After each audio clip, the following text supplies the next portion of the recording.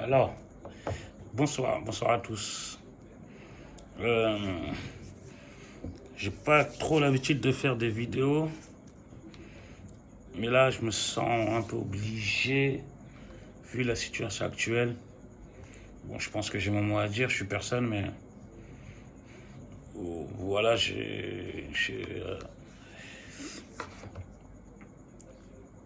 parle de mon expérience et de mon vécu, évidemment. Voilà, on ne parle pas celle des autres, mais de ce qu'on connaît. Suite aux violences policières, aux propos de Camélia Jordana, au,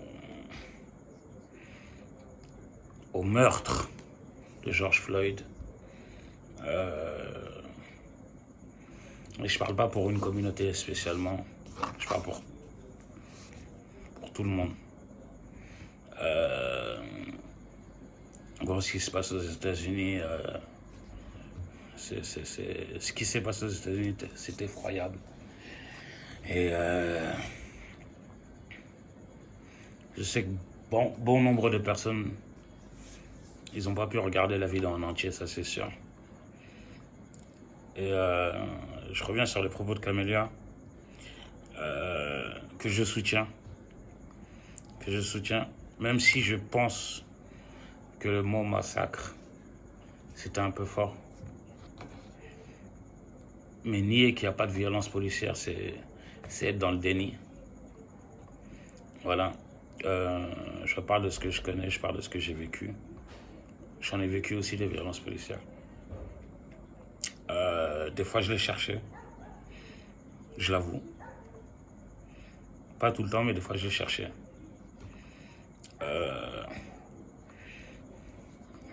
Les racistes sont bien présents dans la police nationale. Les racistes sont bien présents dans la police nationale. Mais je ne vais pas englober toute la police ou tous les mettre dans le même sac, puisque je sais. Il y a aussi des gens bien dans la police. Il y a des gens respectueux et qui cherchent juste à faire leur boulot. Sans prendre la dignité, sans humilier, sans insulter, sans frapper, en toute impunité. Il y a des bons et des mauvais partout.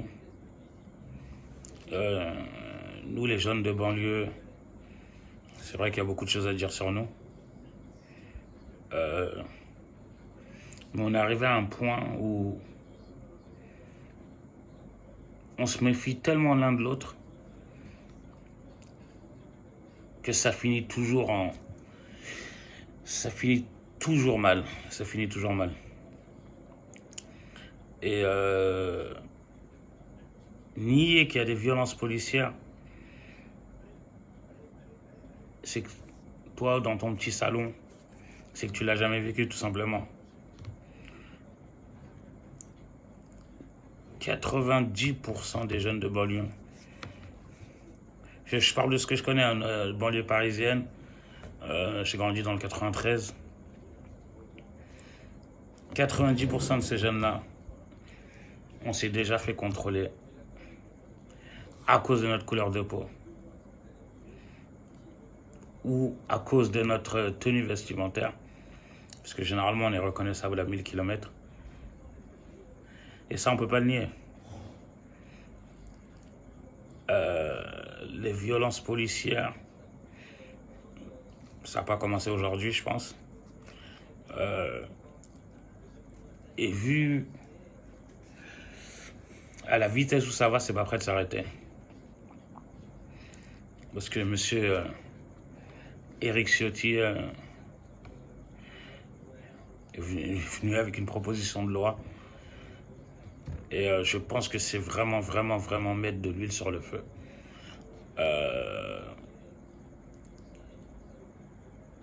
Il aura beau s'expliquer, parce que je crois que je l'ai entendu ce matin sur RMC, mais il aura beau s'expliquer, ça rentrera pas dans notre tête.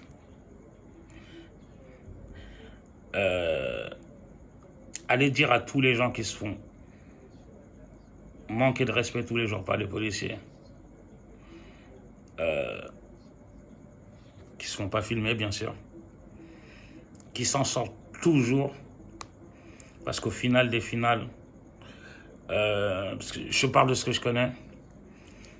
Quand vous vous retrouvez face à des policiers devant le juge ou devant la juge, on ne considère même pas votre parole à vous. C'est parole contre parole, mais la tienne ne sera vraiment pas retenue. Ils gagneront toujours. Et quand bien même c'est prouvé qu'il y a une violence policière, le petit frère Théo, on lui met une matraque quand même dans les parties intimes. Au lieu de condamner ces policiers-là, non, on est parti fouiller dans sa famille, voir les dossiers qui étaient ancrés dans leur grenier pour décrédibiliser la famille et le jeune homme. Le petit frère Adama Traoré, également. Tous les jours, on nous ramène une nouvelle autopsie. Alors que c'est prouvé par A plus B qu'il a été tué au commissariat par les gendarmes. Qu'est-ce qu'ils veulent de plus? Mais à force de protéger la police, je parle aux instances, du procureur jusqu'au ministère de l'Intérieur. Parce que malheureusement, les violences policières, si ça touchait que les gens de banlieue, on aurait pu dire ah ok. Mais les gilets jaunes, c'était juste il y a un an. Hein. Le milieu hospitalier qui se font traîner par terre en blouse blanche, c'était là il n'y a pas très longtemps non plus. Les syndicats CGT, CFDT et compagnie, pareil. Donc les violences policières touchent beaucoup de monde. Mais comme d'habitude, ils sont immunisés, quoi. Et ils sont immunisés et je vais pas dire ils font ce qu'ils veulent, mais en gros, bizarrement, ça va pour eux. Si jamais il y a trop de plaintes sur un policier, bah, on le prend, on le met dans un autre commissariat, dans une autre région, et puis voilà.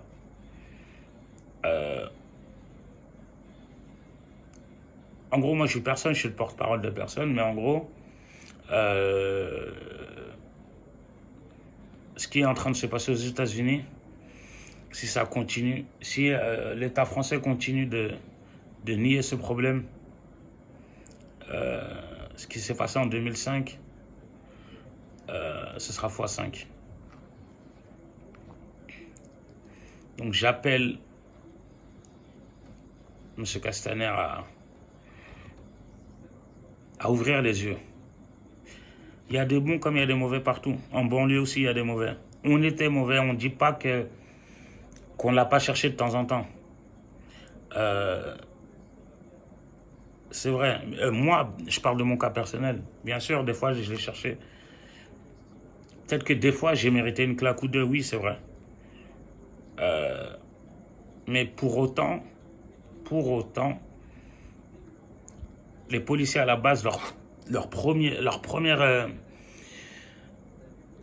devoir, c'est de protéger la population. Quelle qu'elle soit. Mais si ces mêmes policiers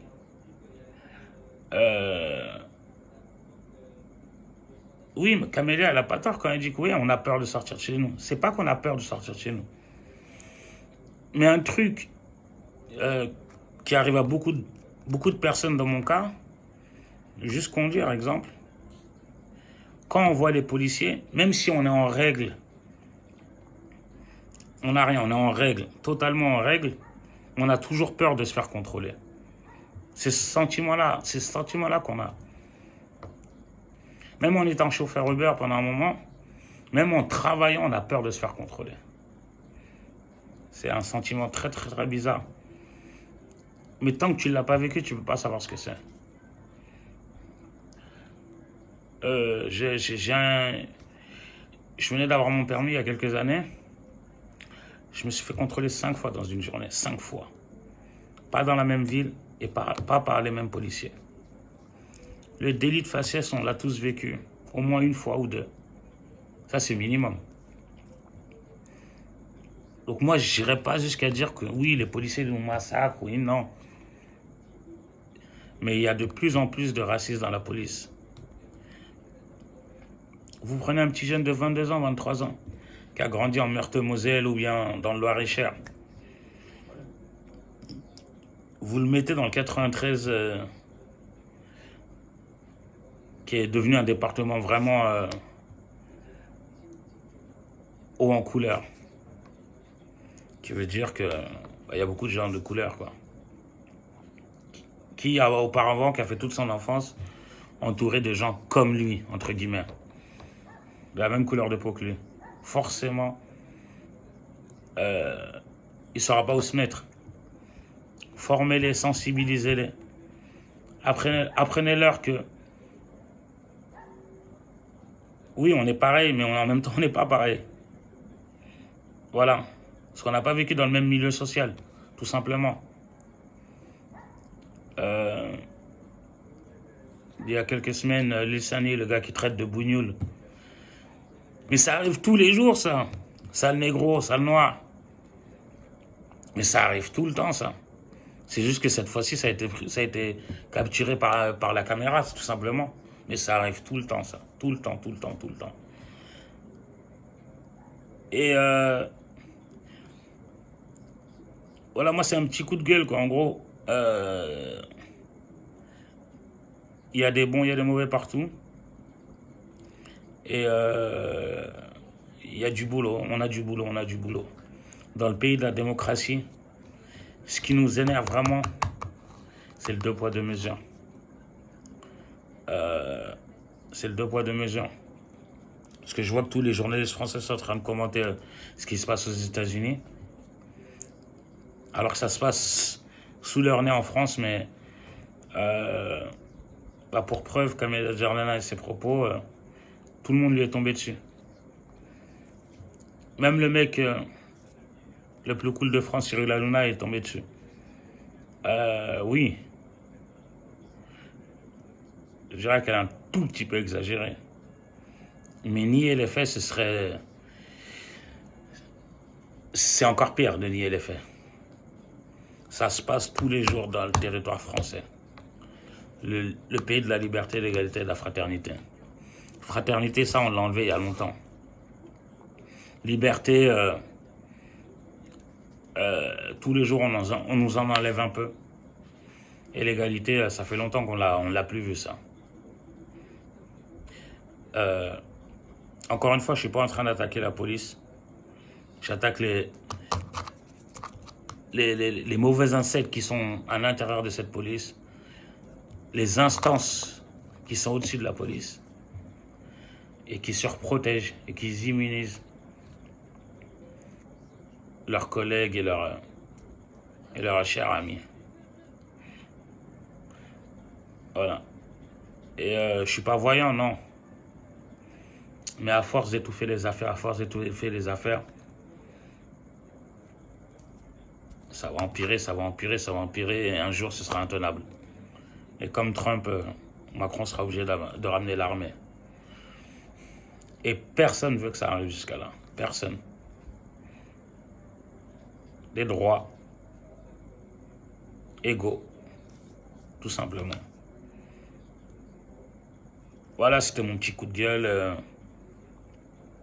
Voilà, j'ai beaucoup de choses à dire, mais bon, comme la vidéo est 14 minutes là déjà. Georges Floyd, paix à ton âme. On est tous avec toi, force à toi. Force à la famille. Et on condamne toutes les violences, quelles qu'elles soient. Qu'elles soient du côté du peuple ou de la police. Nous sommes contre la violence, mais je parle en mon nom et à toutes les personnes que je représente dans ce message-là. On est contre la violence, d'où qu'elle soit. Voilà. C'est un coup de gueule, mais en même temps un message de paix.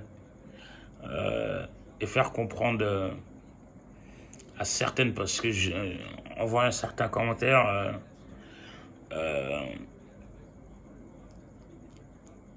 les gens justifient les violences policières. Mais tant que ça t'arrive pas, tu peux pas savoir.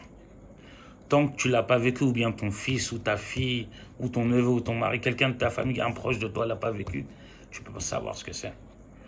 Donc tu continueras à commenter, dire que c'est bien fait pour eux, ils n'avaient pas à être là, ou... Non, c'est pas ça.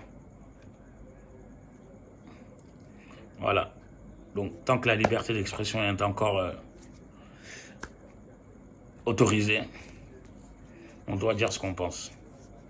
Voilà, c'était moi, J-Max Contax. Merci à vous, bonne soirée.